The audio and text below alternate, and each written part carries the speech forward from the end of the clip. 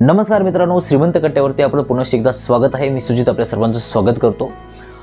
सर्वप्रथम सर्वांना दिवाळीच्या खूप खूप शुभेच्छा. आणि आजचा जो टॉपिक आहे तो खूप महत्त्वाचा टॉपिक आहे, कारण दिवाळीच्या मुहूर्तावर मी हा टॉपिक जाणीवपूर्वक घेतोय. टॉपिकचं नाव आहे की आनंदी कसं राहायचं. हा प्रश्न देखील मला एक जणांनी विचारला होता, पण माझी एक इच्छा होती की या मुहूर्तावर मला ते बोलायचं होतं.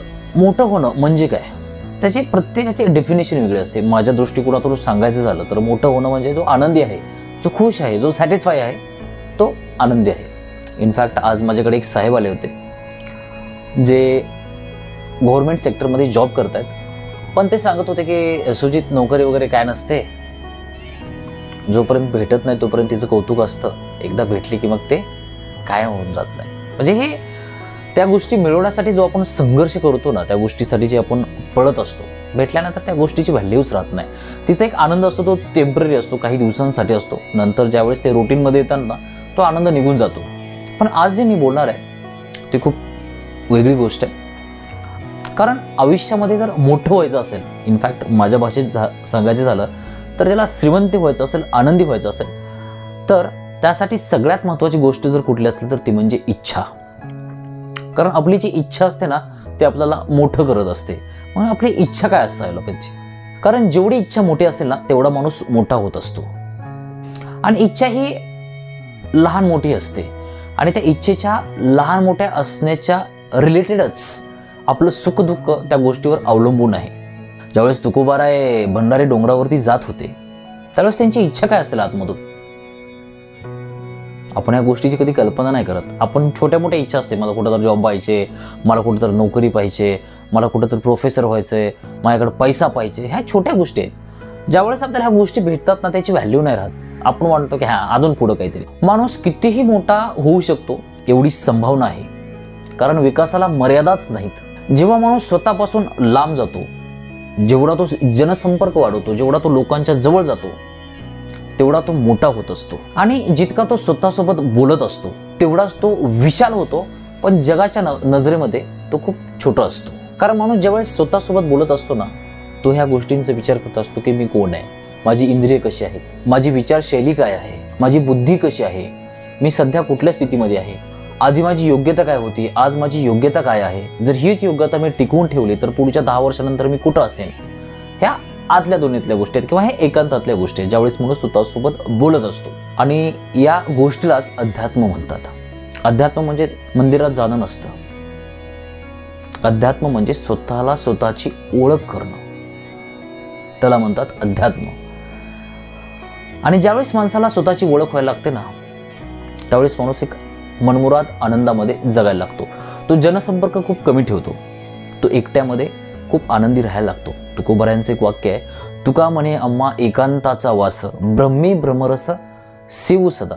ह्या वाक्यामध्ये जी डेप्थ आहे ना, तोच व्यक्ती समजू शकतो जो एकांतामध्ये राहतो. कुठल्याही गोष्टीचा आधार न घेता ज्या व्यक्तीला जो मनमुराद आनंद भेटतो ना, तो या गोष्टीशी रिलेट करू शकतो. मगाशी म्हटल्याप्रमाणे आपली जी इच्छा असते ना, ती आपल्याला मोठं करत असते. पण जी इच्छा असते ना, ती इच्छाच आपल्या हातात नसते. कारण आपली काय इच्छा असू शकते हे आपल्या हातात नाहीये. कारण आपण जर बघायला गेलं तर प्रत्येकाला काही ना काहीतरी वेगळं पाहिजे. कुणाला पैसा पाहिजे, कुणाला पद पाहिजे, कुणाला मान पाहिजे, कुणाला प्रतिष्ठा पाहिजे. प्रत्येकाची वेगळी इच्छा आहे. कुणाला मुलगी पाहिजे लग्नासाठी, कुणाला आनंद पाहिजे, कुणाला डिवोर्स पाहिजे. कारण ह्या प्रत्येकाची इच्छा वेगळी असते, कारण ती इच्छा आपल्या हातामध्ये नसतेच. त्यामुळे आपण लहान मोठं होणं हे आपल्या हातात नसतं.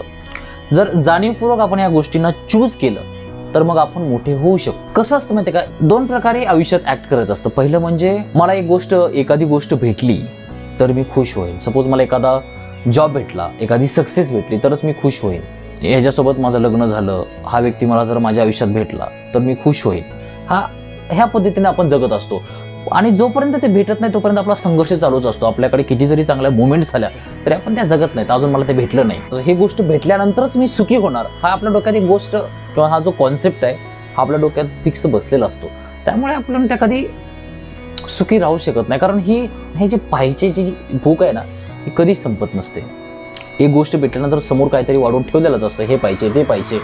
हा एक प्रकारचा मार्ग आहे. आणि दुसरा एक मार्ग आहे ज्या ठिकाणी काय भेटलं तरीही ओके, काय नाही भेटलं तरीही ओके.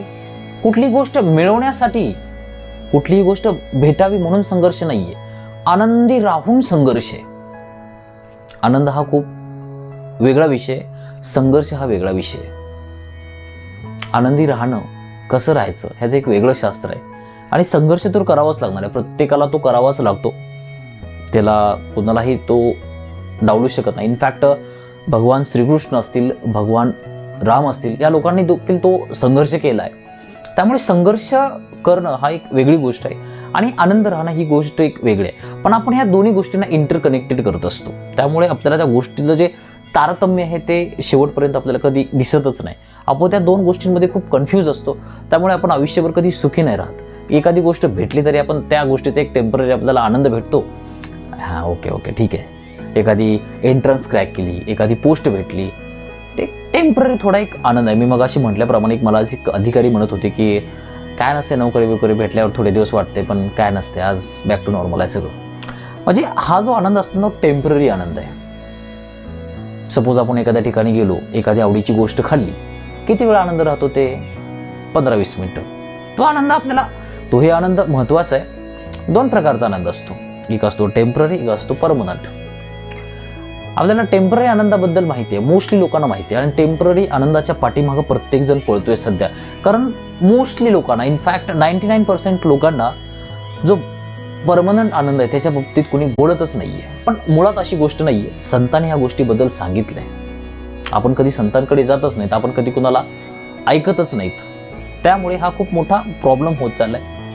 आणि कसं असतं माहिती आहे का, ही गोष्टी फील करण्याच्या असतात. आनंद म्हणजे काय असतो? ती आतमधली एक फिलिंग आहे. आपल्याला ती कोणाला सांगता येत नाही की एवढा मी खुश आहे, मी तेवढा खुश आहे. ते आतमधली जगण्याची गोष्ट आहे ती. मग सगळ्यात महत्त्वाचा प्रश्न जो उरतो तो म्हणजे परमनंट आनंद म्हणजे काय? परमनंट आनंद जो असतो ना, तो असतो आपल्या स्वतःच्या आतमध्ये.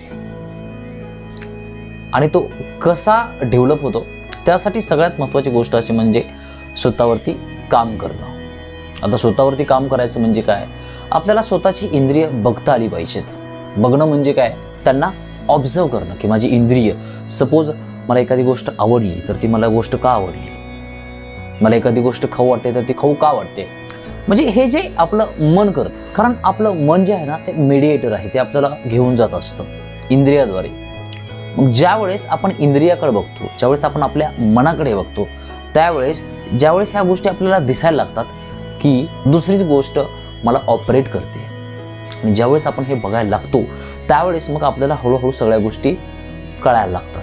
मग आपल्याला आपला स्वभाव कळायला लागतो.